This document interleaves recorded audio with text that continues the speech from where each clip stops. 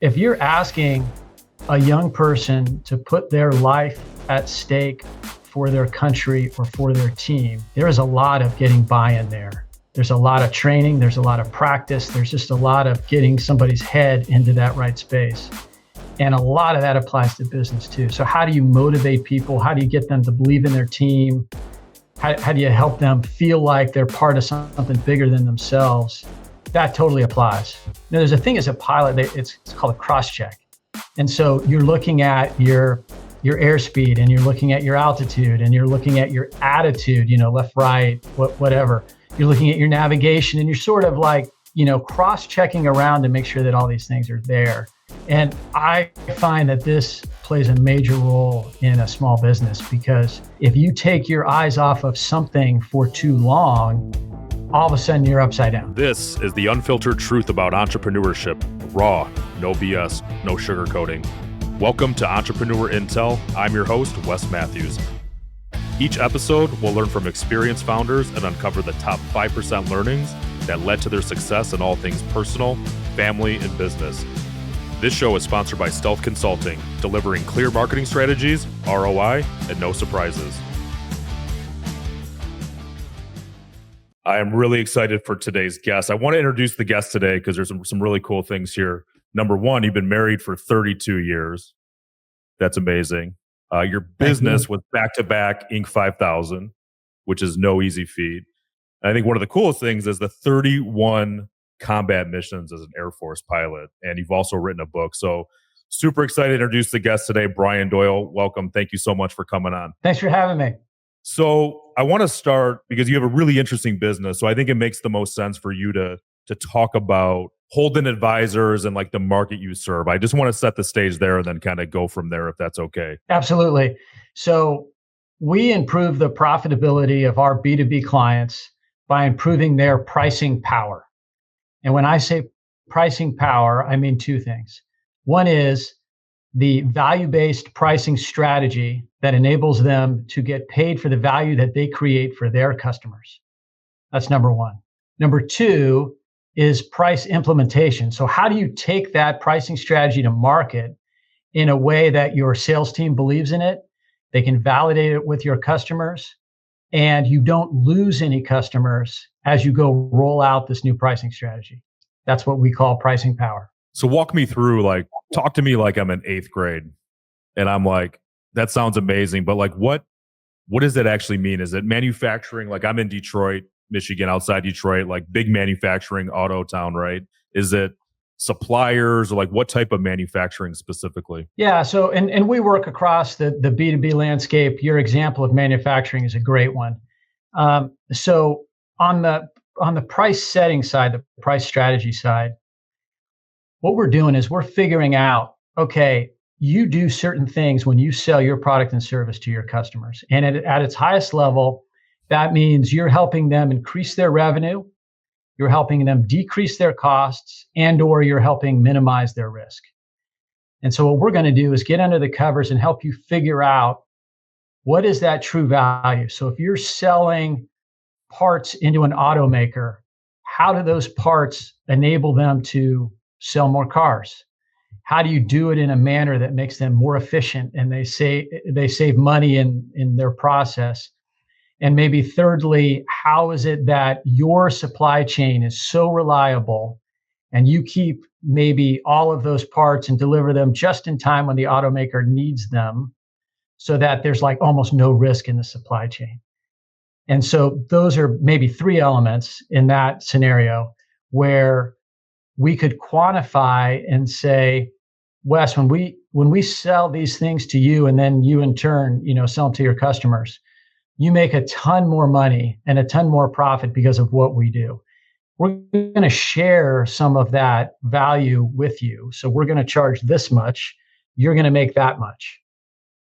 And so that's how that pricing strategy comes into play. Follow up to that. So like how do you stand out? How does Holden Advisors stand out in the crowd, right? It sounds to me like that could be a crowded space. There's a lot of companies trying to get that same business. Like how are you guys able to get in there and capitalize and provide your offering? It's the two elements. So you're right. What I just described, value-based pricing strategy, there are other firms that do that. What those other firms, though, stop short of is helping you implement that pricing strategy. So in a common scenario, if I were somebody else, I would deliver you 100 slides in PowerPoint and I'd say, Wes, this is your pricing strategy. Go execute this. And you'd say to yourself, well, shoot, if I raise price the way they're suggesting, am I going to lose customers? Can I get my salespeople to buy in? My sales leader's already mad at me for changing things in the home office. Now he's going to be even worse. Like, how do I roll this out? And so the difference that we bring to the table is that we're going to help you go implement that. So value-based price messaging, what is your value? How's that going to resonate with customers? How do you overcome objections and negotiate with a procurement group that's probably going to throw this back in your face? So how do you handle that?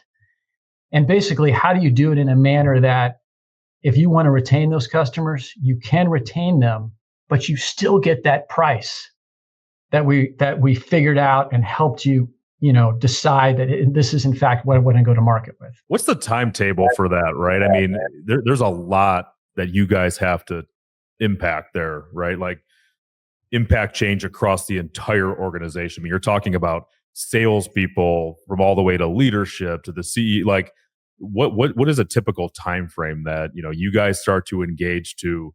I mean, are you ever finished? I guess is that even a To answer your question?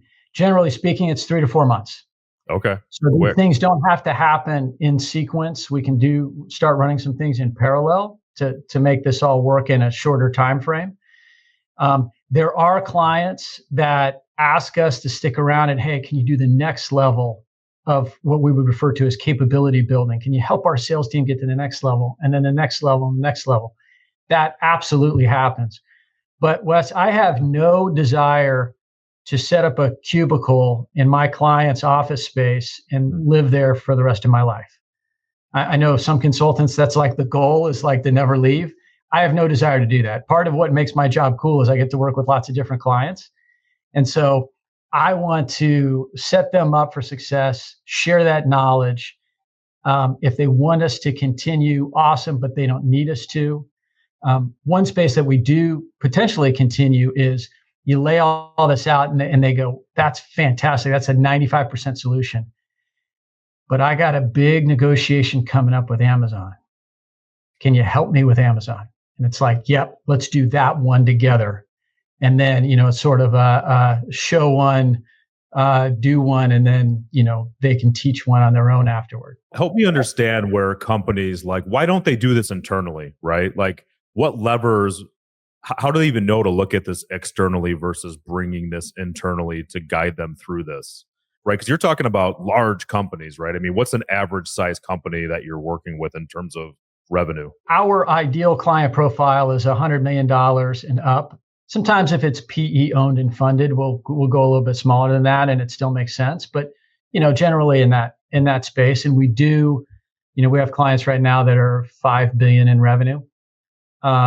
So the reason that they don't do this in-house is for a few different reasons.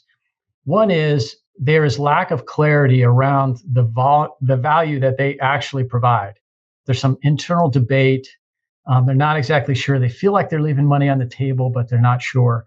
And so one of the things we do Wes, it's remarkable to me every time we do it, is we go talk to their customers and we ask their customers about the value. And it's not like, hey, so how much extra would you pay for this product? That line of questioning doesn't work. But hey, if we were to invest in their value and make it better, where would we make it better? What works, what doesn't work? And I swear to you, it is like these customers are going to therapy. They lay down on the couch, they open up and they say, I love this, can't stand this. We had one, no kidding, 3 weeks ago, we had customers say, these guys charge a lot less than their competition. They just told us that. And it's that third party coming in, asking the right questions that makes a huge difference in understanding how that value is perceived and that differentiated value is perceived by their customers. And then there's that whole rolling it out piece. So, you've worked in other organizations. Salespeople don't trust the home office. Home office people think salespeople just play golf all day and go to dinners. And there's that conflict. Whereas if we can bridge that gap and bring those two groups together and be part of that change, that makes a huge difference. Yeah, it always amazes me when and I'm in the, consulting world too, on the marketing side, way smaller. And it always interests me, like, why can't that company just go out and have the same conversation with their customers?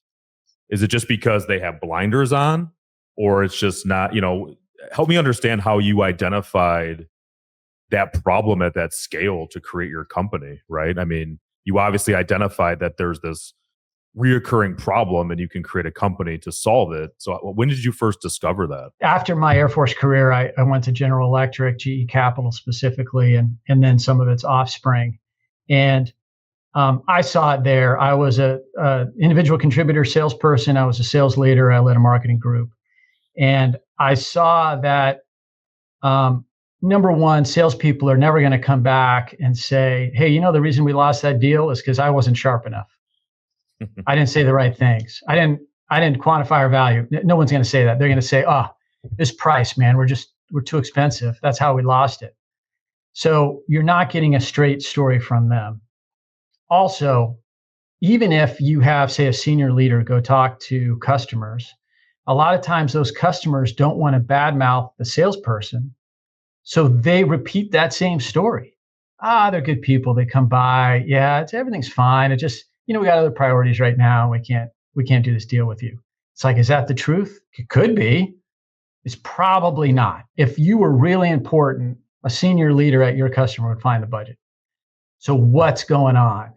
And that's one of the things that we help uncover. And it starts with data. We do data analysis too. So we're doing that and we're saying, okay, there's a few different things going on, and that shapes the interview guide from when we go out and talk to those customers. I met a consultant years ago, and I've came across many consultants over my life. And one guy said to me, he's like, Wes, the one thing about business is the problems exist. The same problems exist. There's just more zeros after the number.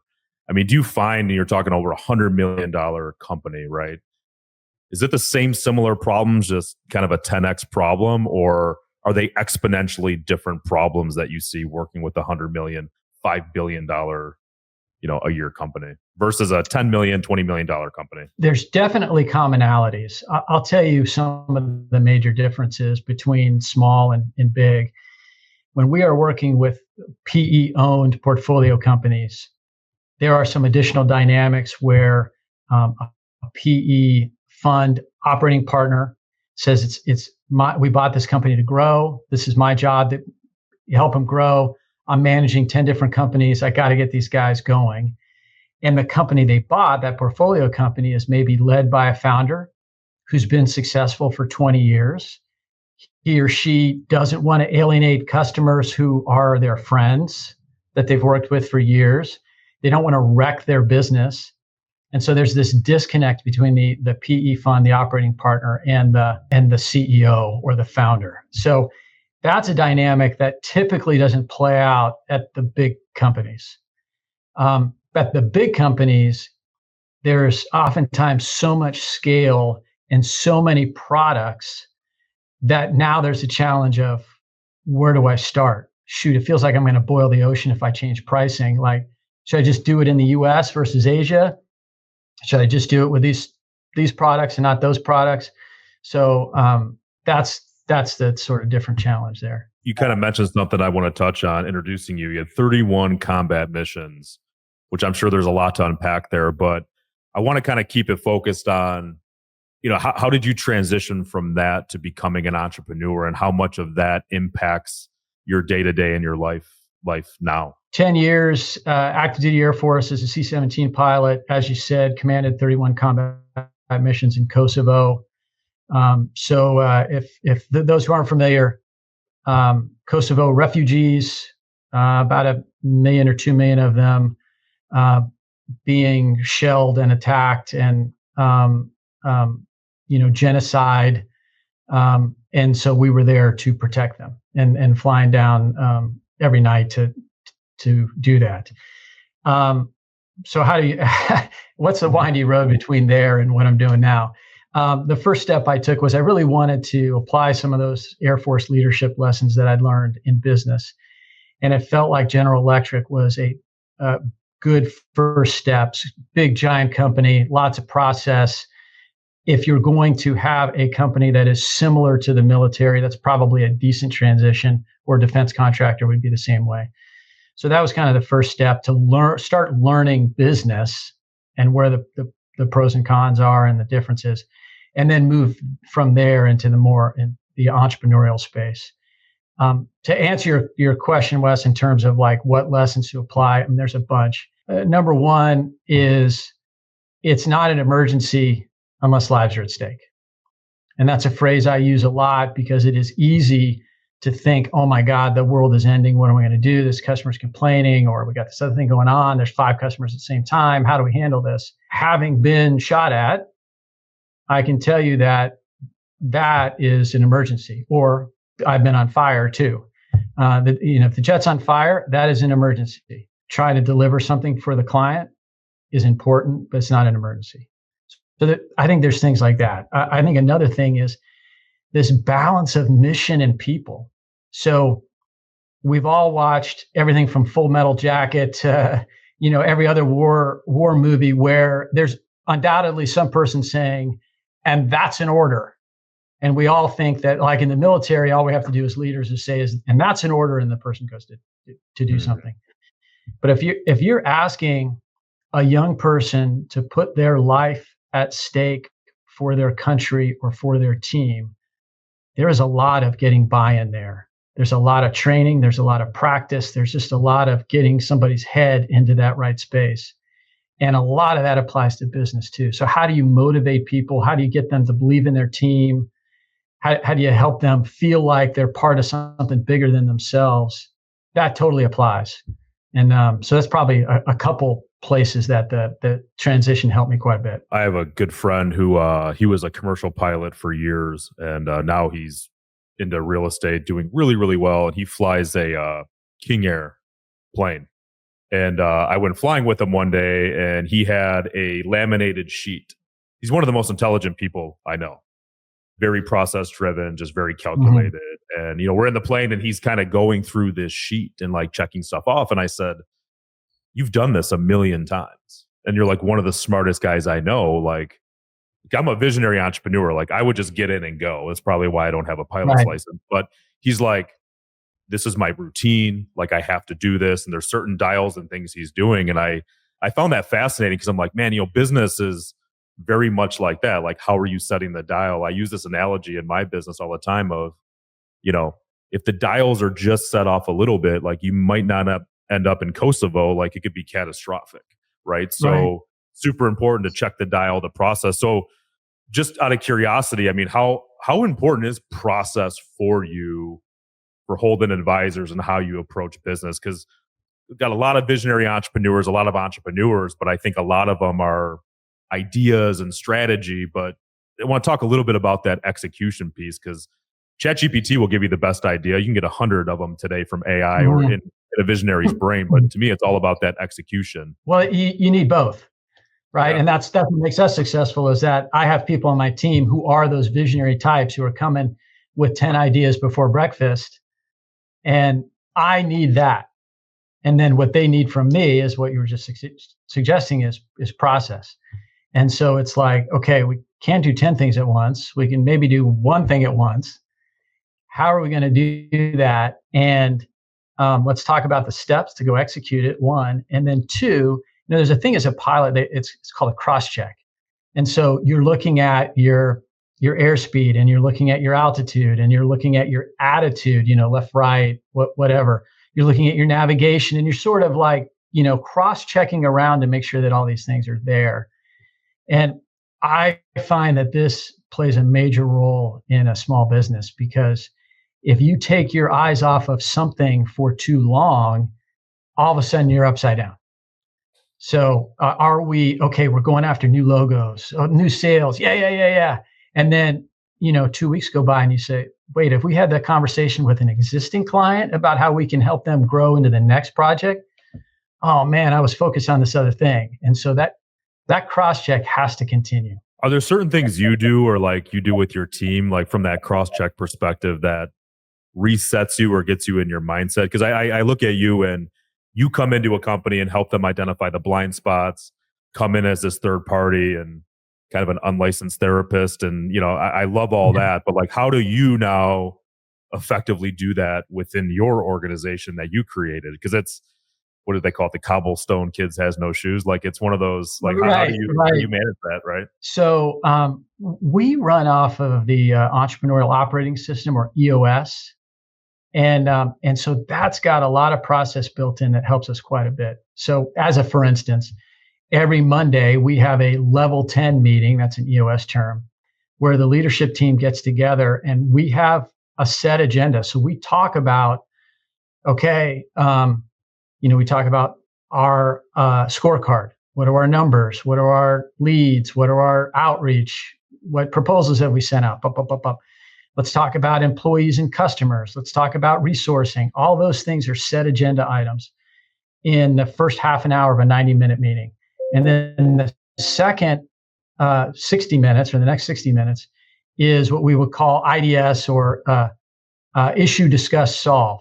And there are things that the team members bring up and they're like, hey, we talked about resourcing a little bit at the beginning. We need to talk more about resourcing. We have a lot of projects. Do we have enough people? Let's discuss that for a little bit, or whatever the topics are.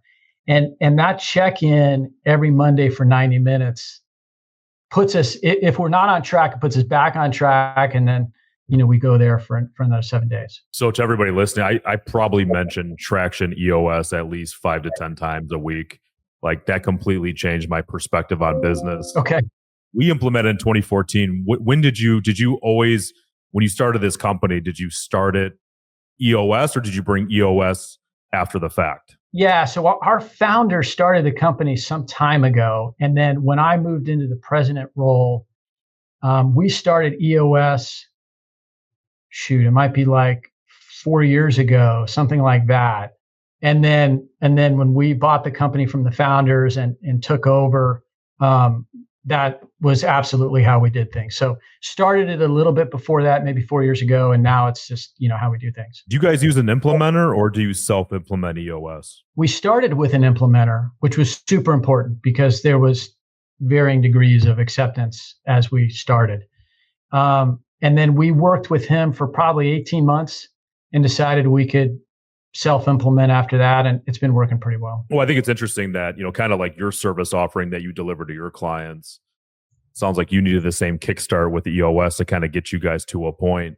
So you see the value in bringing in trusty third-party resources to kind of get the buy-in, right? Because I think for me, there's EOS, there's scaling up. There's a million different things out there. My experience share with entrepreneurs is just pick something and try it. I'm a visionary entrepreneur and you got to pick something. I mean, EOS changed my life in the sense of, you talk about, I would always joke in my previous company, we were in web and I would say, if something happened to a website, I would say, we're not heart surgeons. Like it's a website, calm down. Like we can get to it tomorrow. I love your lives are at stake, but EOS really took a lot of those wannabe fires and just kind of contain those into healthy, productive meetings. So talk to me about Inc. 5000 a little bit. You mentioned something, you guys made that back to back, but there was sort of a kind of an asterisk next to that and some learning around that. Like I'd love for you to share a little bit about that. Yeah. So it was a fantastic experience that had sort of a unfortunate edge to it. We grew rapidly 2 years in a row. Like you said, Inc. 5000, 2 years in a row. Financial Times, fastest growing companies. It was awesome. The thing that came along with it, though, is that we grew primarily because of one client. And so we're growing like crazy. And then you sort of look around you do the cross check again and you're like, shoot, I got a client concentration problem. And this is super cool that I've grown and I've got a ton of revenue. Now what do I do? And I'll share something that I lesson learned from me for sure was that we had so many projects that I took some business development resources, and I'm like, I don't really want to hire another person because I don't know how long these projects are going to last.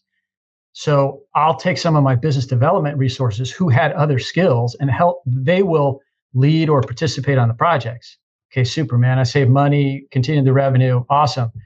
Except I created this pipeline bathtub for myself because we weren't doing the outreach that we'd been doing before to generate all these projects, because everybody was like an all hands on deck, actually executing. And so it took us a while to, basically we were swimming upstream. So that giant client is interest rate sensitive. They're still around, but we're doing a lot less business with them. And as they come down, how do we grow this pipeline back up to get into a healthy situation? And we are in a healthy situation now, but it was not an easy couple of years to make that transition. Yeah, I kind of have this vision of you flying a plane, and then all of a sudden, like that alarm starts going off, right? Like you're traveling, you're kind of cruising. I think a lot of businesses do that, right? It's like, well, this is the way it's always been, and it's fine. And then all of a sudden, you're cruising along, and it's some things are flashing, and an engine fails, and it's like, what do you do? I mean, my vision of my first company, I had met a guy who had 5 clients, and then '09 happened, '08 or '09 happened. A lot of people thought I was crazy for starting a business, but I had a dirty little secret that nobody knew. I didn't have anything to lose. Like I didn't lose anything. So like as everybody lost everything, I was, I'm 43 now, but like I didn't have a pot to piss in, right? So for me, it was like, let's go. But he had 5 clients and he lost 4 of them. And he lost his business. And he was doing $5 million a year in revenue. And that kind of stuck with me because I'm like, I want to build a business where if you lose 25% or 40% of your clients, you can still sustain. That always scared me. And then I think kind of fast forward, I think the next big milestone in my life was COVID. How did you guys handle that? You talked about the one client with interest rates. I mean, you're talking, how do you create that value and that stickiness as a consultant in these big companies? Because for me, it's like, sometimes I hear clients that have 50,000 employees and I'm like, I don't even know how you would keep track of that. Like my brain can't even comprehend that. So like, how do you build that stickiness when things get a little turbulent? Right. And for me, I was named in the president role February 1st of 2020. Perfect timing. So I had about 3 weeks before I'm like, I think this sickness in China is like, that might be a bigger deal. Right. So Wes, the one thing that we did that turned out to be really smart was that we pivoted to virtual as fast as anybody and faster than our competition. And so what I mean by that is we were able to transition those projects that we were doing in person into, Zoom or whatever. And then the other thing is that we do a lot of training courses. So our founder wrote a book called Negotiating with Backbone. And we do a lot of negotiation training courses, different levels of them. And so we made the decision in mid-February to go virtual. And in mid-April was our first virtual class with a client, and it was really good. And those people were still hungry to keep doing their jobs and get better, but like they couldn't be together. And like, where are we going with this thing? And we hopped into that gap, and that kept us going and continued to grow really in that time frame. Have you guys still maintained that, right? Or have you gone back to pre-COVID, or what does that look like for you guys now? So we still do plenty of virtual courses. And what we're finding is it sort of depends on the client. So some clients, nobody really wants you there like all the time. I think everybody's grown out of that. But a project we talked about before, 3 or 4 months, we might be in front of the client 3 or 4 times over the course of that. A kickoff, a steering committee, closing up the project, that sort of thing. We're in front of them. The rest we do remotely. And then in terms of the workshops, there are some folks that say, "Oh, this is awesome. I got people all over the world. Can you do it virtually?" We say, "Totally." And then there's other people who say, "I think our folks are better in person, and I'm willing to fly them all in. Can we do it that way?" And of course, we're happy to do that as well. Yeah, it's really interesting to me. It's like I have an office. I'm kind of looking out now, and it's mainly empty, and everybody loves virtual. And we see our clients every so often, the ones that are close that could take advantage. But Do you mix that into the recipe of success when working with these size of clients? Like, we need to touch them and physically see them 4 times a year. I mean, how important is that in the overall relationship, or does that not matter? It matters. I think it's important. And I think it's important that I go out too. So typically I'm not executing a project as CEO. I might do a little bit or something with the client, but the opportunity for me to go see them, talk about what their overall strategy is, get feedback on our performance, all those things can be super important. And so I like to get in front of the senior leaders of our clients from time to time for sure. So as a CEO, I got to ask you, like, how do you balance the, hey, Mr. Client, how's it going? How's my team going? I know, like, from experience and just kind of keeping on the EOS theme of visionary, how do you approach that? Whether a client's like, hey, 100% they love you, or maybe this relationship's a little bit rocky. How, as CEO, do you approach that where your team's pretty much 100% executing? You're coming in and adding value, obviously, but you've got to now understand, translate that back to the team. How do you approach those conversations with like a challenging client? You just got to be in the mindset of helping them be successful. So really why we're doing what we're doing is to create outcomes and results for them in terms of them making, more profit, more revenue without losing customers. And so I try to frame it in that, hey, are we helping you do that? What are your plans to grow? Let's talk about how this fits into your grander vision, and have conversations in that regard. And to be honest with you, our team is very strong. And so I don't have to have a ton of conversations where people are saying, you guys are falling down the job. I would say that is actually very rare. So you have an easy job. I get it. I have an easy, yes, that's what I'm trying. That's good. So what I'm trying to say is that aspect of my job is easy. Put it that way. That's great. That's probably the best side to be on that for sure. So talk to me a little bit. You wrote a book called Gray Goldfish. Is that correct? Yeah. Yeah. Talk a little bit about that. Why write a book? So I had two things going on at the same time. I was leading a large organization, so a different company from Holden Advisors, was leading a large organization, and I just could not find myself communicating effectively with younger generations. I was trying to do the right thing, thought I was a good leader, and it was falling flat, and it didn't work. And then at the same time, I was an admissions officer for the Air Force Academy. So I was interviewing students who wanted to go to the school. Everybody's on scholarship, that whole thing. And so I'm interviewing high school students that I also didn't understand. And I'll give you an example. So I asked a student if he had a resume that I could look at, because I just use it as a framework for a conversation. And he hands it over and he says, hey, here's my resume. Should be pretty good. My parents worked on it last night. Nice. I mean, like the first thing is like, why in the world would his parents work on his resume with him? And then my second thought was like, why in the world would he tell me? And the reason he told me is because he was raised as his parents' friend, and they just work on stuff together, and that's how it goes. So to make the longer story short, those two things came together, and I'm like, I got to figure this out. As a leader, if I'm going to be better at my job and as a human, I got to figure this out. And so I started doing a lot of research, and I started helping people because they had the same problems. And then occasionally I'd give some talks, people like, this is awesome. And I said, well, shoot, why don't I put this together in a book? And so I had a friend, Stan Phelps, who had written several other books, and he was a mentor and co-author for me that said, basically, this is how you write a book.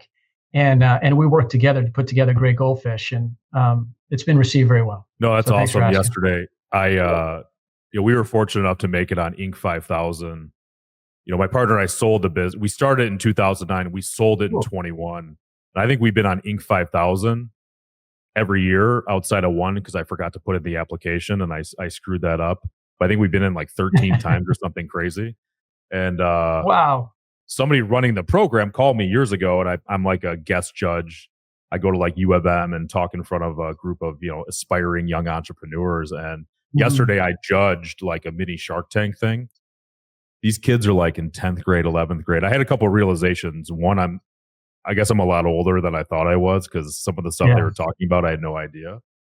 But like, it's interesting how like the great goldfish concept of like connecting with them. I mean, it's just even listening to their conversations. Like I was like, holy cow, like I'm so far away. And if you think about that as a business, like we need to start paying attention to this because they're growing up really quick and they're going to start taking over the companies. So like, what was like a really big aha moment for you where like how does a business prepare themselves or start to embrace this? Because I mean, some might say I'm selling the company before that happens. I want no part of it, but there's going to be this big transition. I look at my kids and they're shopping off TikTok.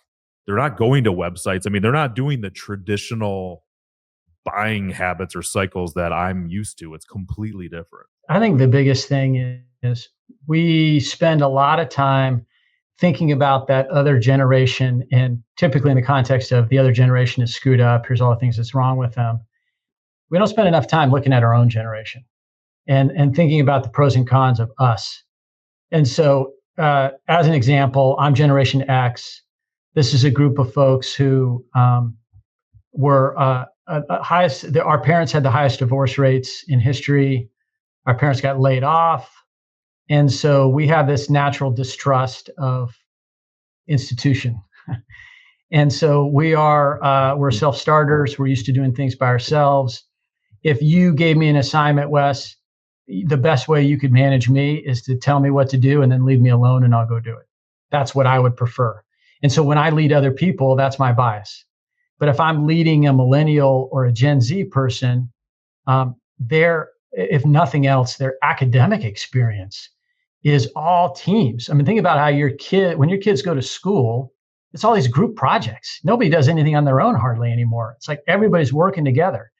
And so if I bring them into business and I say, here's your assignment, and I'm going to do you a favor, I'm going to leave you alone for a week and then come back when you're done.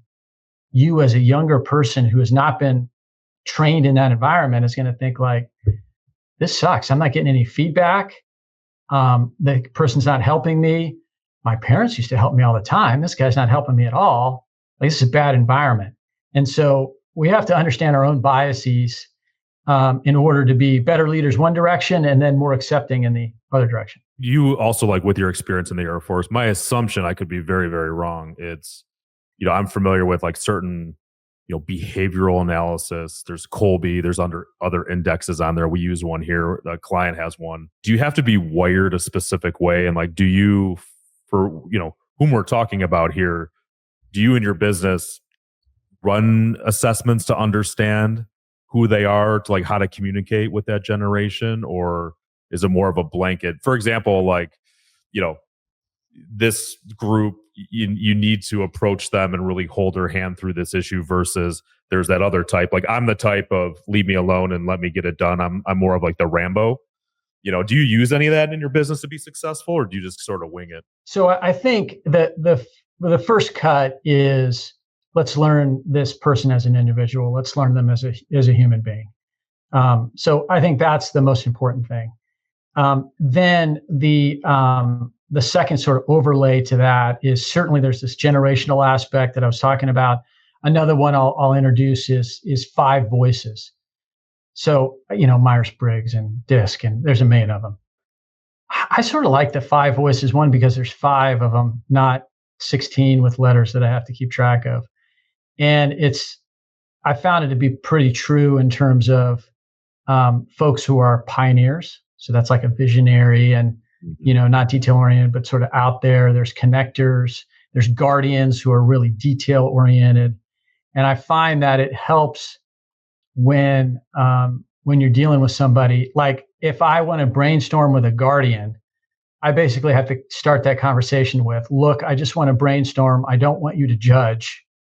Can we brainstorm? And then they're like, oh yeah, not second nature to me, but yes, I'll give it a shot. So that's sort of how I think about it. Yeah, it's interesting. I've been kind of using that lately. Like, here's my approach before we even get started, because they look at me as a visionary, like, oh, what are we going to talk about now? Like, where's this guy going with this idea? It's pretty funny. Exactly. Yeah. What sometimes I ask, like, what do you want from me?